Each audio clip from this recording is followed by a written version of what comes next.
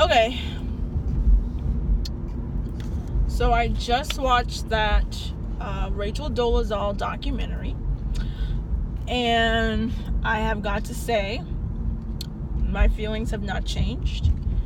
I don't feel bad for her, and that's the end.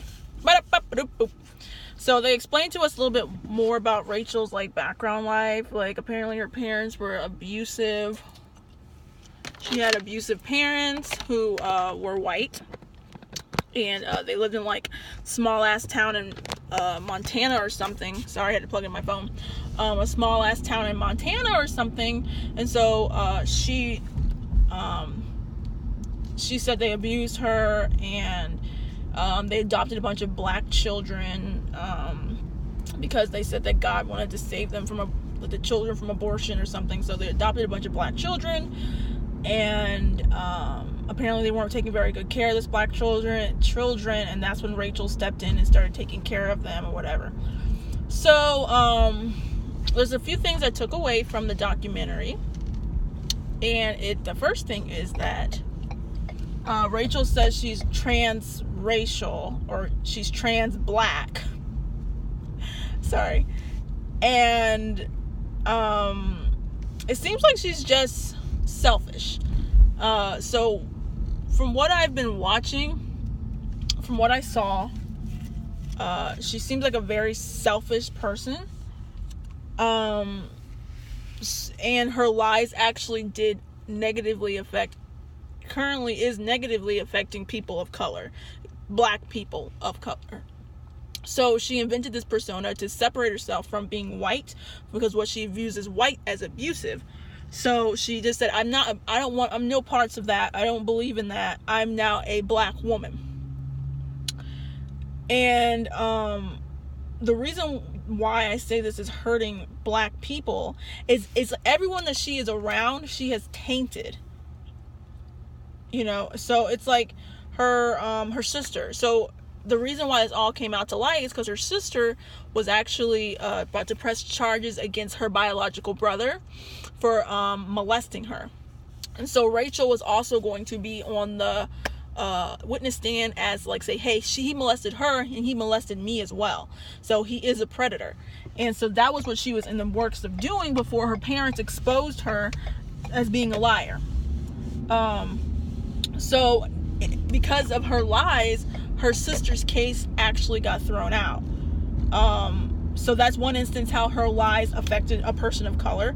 Another instance is the whole community within which she lied, the whole community she lived in when she was lying about being a black woman.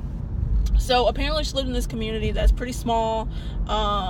Seemed like they low-key a little racist. And she lived there, and she was saying that these people, this community, was actually attacking her for being a black woman. They were leaving a banana on her car and giving her hate mail and doing all this stuff.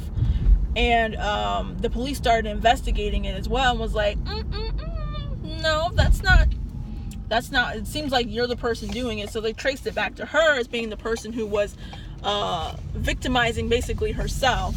And what really is shitty about that is the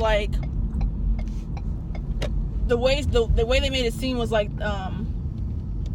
the town, they have to rebuild that chapter of the NAACP has to rebuild the trust from the community. So people now are like, racism isn't real because she was lying about it. If she's lying about this incident of racism, then how do you know other people aren't lying about all incidents of racism? So her white ass decided to lie, and that negatively affects the community that she cares about, and the people of color that she says she cares about. And they have to rebuild the trust in the community when they weren't the ones who destroyed the trust in the community, which is very unfair. And even the reporter who exposed her was like, he was saying that what he said verbatim was, she was making it seem like racism was making a resurgency in our county, and it wasn't. Racism is making a resurgency because it's being legitimized through the government. So even in that, people are now like questioning, because she wanted to lie, they're now questioning us as if she's a part of us and lied. She's not a part of us. And so that was irritating. And then her poor sons have to go through this shit too, because she wants to pretend to be a black woman, you know. And so her sons seem like the sad, because you saw like the light like leave his eyes or whatever, because it seemed like he was just like fed up. Like he was just done. Like, this is just, I'm just done with this. And it was sad. And so she's like, and not to mention, this is what I mentioned about my other video, is like, how are people making her legitimate? It's driving me insane. It's like, you're putting her on the Today Show, you're putting her on these things, and now we have to ask the question if transracial is real, when we know that it's not real, because it only applies to white people. If her siblings, her adopted siblings were Asian, she'd want to be Asian. You know, it has nothing to do with blackness or her identifying as black. It's with her not wanting to identify as white. And that's all it is. That makes her no different from any other white person who does the same thing. So, I mean, I'm just not fucking here for the shit. You know what I mean? I don't feel bad for her at all. At all. At all. I do not feel bad. I feel annoyed that she's giving credence, that she's given light, that she's given a voice, and she doesn't even, does she recognize that she is actually not a black woman, and she has a lot more power, but all she wants to do is freaking, I'm sorry, these people are doing something weird in front of me. I'm waiting for them to move out the way. All she wants to do is, she wants to use that power to create a victim narrative. And so that's what she thinks being black is just being a victim, and it's not. We are low-key lit, like low-key, high-key lit, and we're not victims, you know. That's just a one part of our story. It's not our whole story. And she just likes and the thing is, it will never stop, because she likes the attention. I could tell when I was watching it that she liked the attention, she liked the hate she was getting. She likes to feel like a martyr and a victim. And that was the reason why she kept lying about people attacking her, because she likes to feel like the martyr and the victim. And, you know, this kind of plays right into her narrative, is I'm being persecuted as a white black woman. I was reading an email.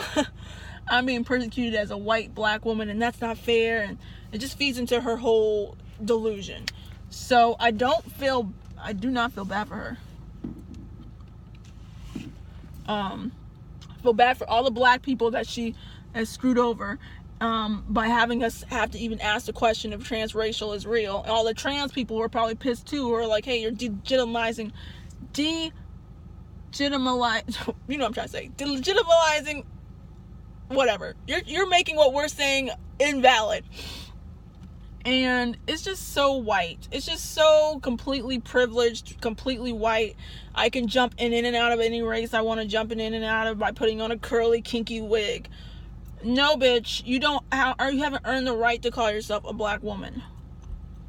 You know, and she's been walking around here in a curly ass wig and freaking blackface.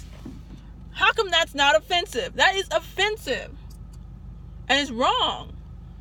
And that documentary didn't do anything. I mean, it didn't make me feel like, oh, she should let her be black. No, fuck you, bitch, because I can't be white. If I was like, oh, I'm a white woman now, you guys would laugh me off the planet. No. You need to deal with your fucking issues. Because all you're doing is hurting the community. And here's why I think that she's one fake hoe. And this is the last thing I'm going to say about it. Here's why she's a fake hoe. Sorry, my chest hurt. She's a fake hoe, lastly, because when the documentarian... Go. When the documentarian... I'm sorry, I haven't eaten today. My brain's all foggy. When the documentarian asked her, do you think... seems like black people have spoken, and aren't black people the governors of blackness? And she was like, I don't know, it's so complicated. Just by that admission, turn left. Just by that admission, you're admitting that you're not actually black. Because if you can't admit that black people are the ones who govern blackness, that means that you recognize that you are a white woman. I blew this case wide open. Because if she really thought